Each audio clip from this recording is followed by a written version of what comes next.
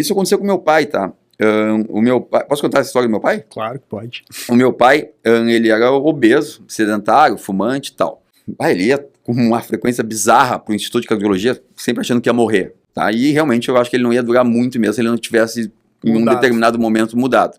Com 57 anos, o pai resolveu mudar, tá? E eu tava ainda na faculdade, ele cheio de gás, tava querendo mudar todo mundo, papapá. Ele, um pouco antes disso, parou de fumar, daí aumentou mais um pouco o peso, e ele foi para 117 quilos, tá? E ele é um pouco mais baixo que eu, tenho 1,70 m, hoje um pouco menos, tal. Daí, com 57 anos, o pai resolveu, vou emagrecer.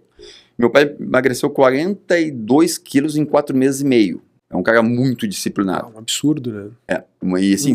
Um efeito maior do que de cirurgia bariátrica. Não, e assim, não é nada contra medicamento, pelo amor de Deus, mas ele, naquela época, nem tinha esses medicamentos que a gente tem hoje, foi na raça, digamos assim, tá? Ele jogou quase esses fisiculturistas que ele levava, ele ia para um restaurante e levava marmita, levava a comida dele, entendeu? Ele é um cara muito disciplinado. E daí ele começou a emagrecer e eu vi que ele começou, digamos assim, a ficar muito flácido, perder muita massa muscular, porque foi um processo muito rápido. A gente começou com caminhada, e sim, começou com uma caminhada assim, que era... No primeiro dia a gente deu uma volta numa praça, ele já ficou mega ofegante, eu botei ele sentado numa cadeira, eu achei que ele ia até ter um treco. Daí eu, senta aqui, ele, mais nada? Eu falei, não, hoje mais nada. Tá ótimo. Tá ótimo, né? E daí, só que daí ele foi indo, foi se condicionando, daí, pai, eu acho que agora eu tenho que ir pra uma academia, vamos fazer uma musculação contigo e tal. E hoje meu pai tem 81 anos e assim, virou um rato de academia. Ele viaja bastante e tal. Ele procura saber se no hotel que ele vai ficar tem academia ou se não tem, se tem alguma academia perto. E hoje ele é um guri de 81 anos. Naquela época, ele tomava vários medicamentos. Ele tinha todo aquele combo, digamos assim, de diabético, hipertenso, cardiopata, a síndrome metabólica completa. Vai pedir para eu comprar, eu nem sei para que serve exatamente, aquele Propanolol 40. Eu me lembro de tanto que tinha que comprar, eu gravei o nome e até o tal da, não sei se é miligramas, não sei, o tal do 40 é esse. Hoje meu pai não toma nenhum medicamento. Ele tem 81 anos. E assim, ele emagreceu, ele baixou para 74 quilos. Daí a gente começou a fazer musculação. Hoje ele pesa por volta de 82 quilos, mas muito forte. Ele hoje é um guri de 81. Isso mudou a vida do teu pai, né? Sim, muito. Tanto em termos de expectativa de vida, quanto de qualidade de vida, né? E eu acho que essa é uma questão que a maioria das pessoas elas não se dão conta, né?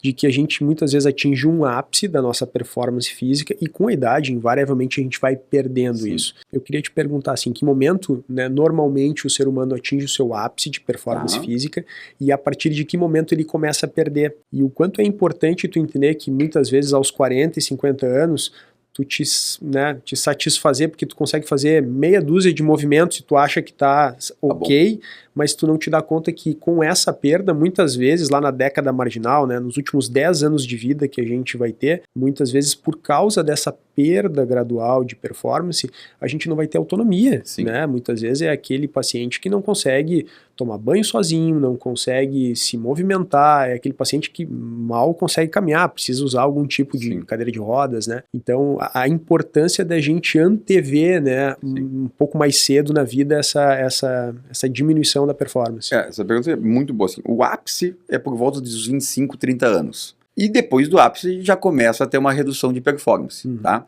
Tanto de força quanto de potência.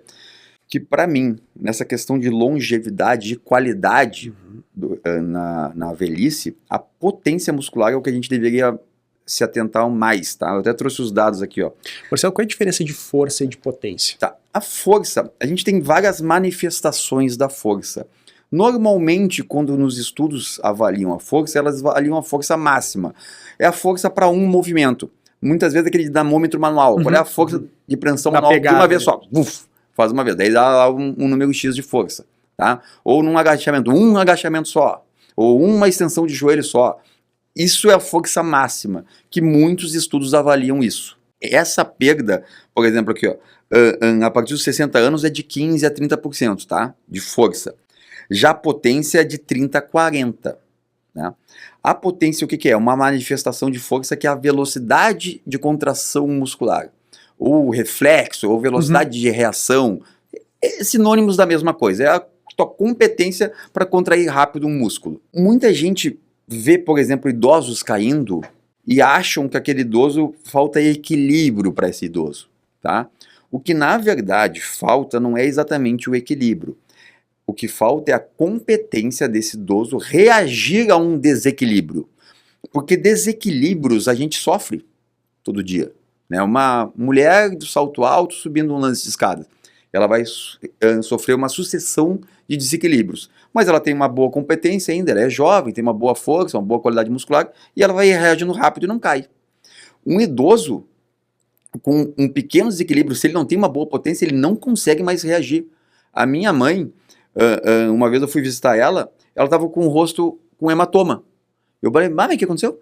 Ela desequilibrou dentro do elevador e ela não conseguiu reagir rápido com o braço ao ponto de se proteger o rosto, e ela deu com o rosto na parede do elevador.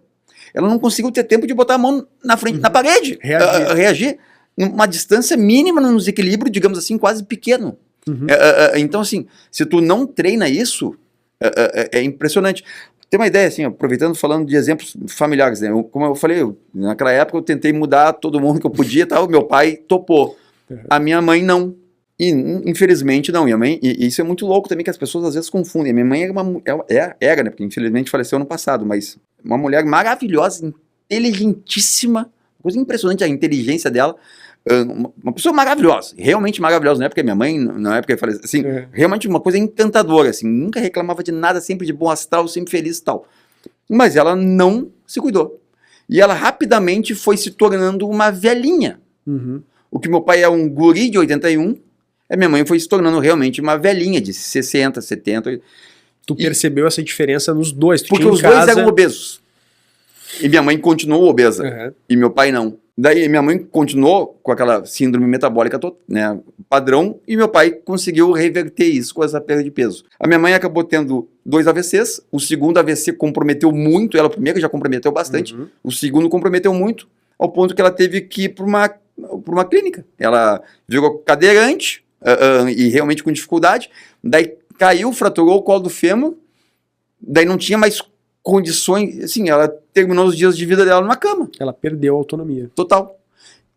E se ela tivesse, assim, a saúde dela foi se fragilizando por essa ausência total de movimento e por esse excesso de peso que cria todo esse combo metabólico, né?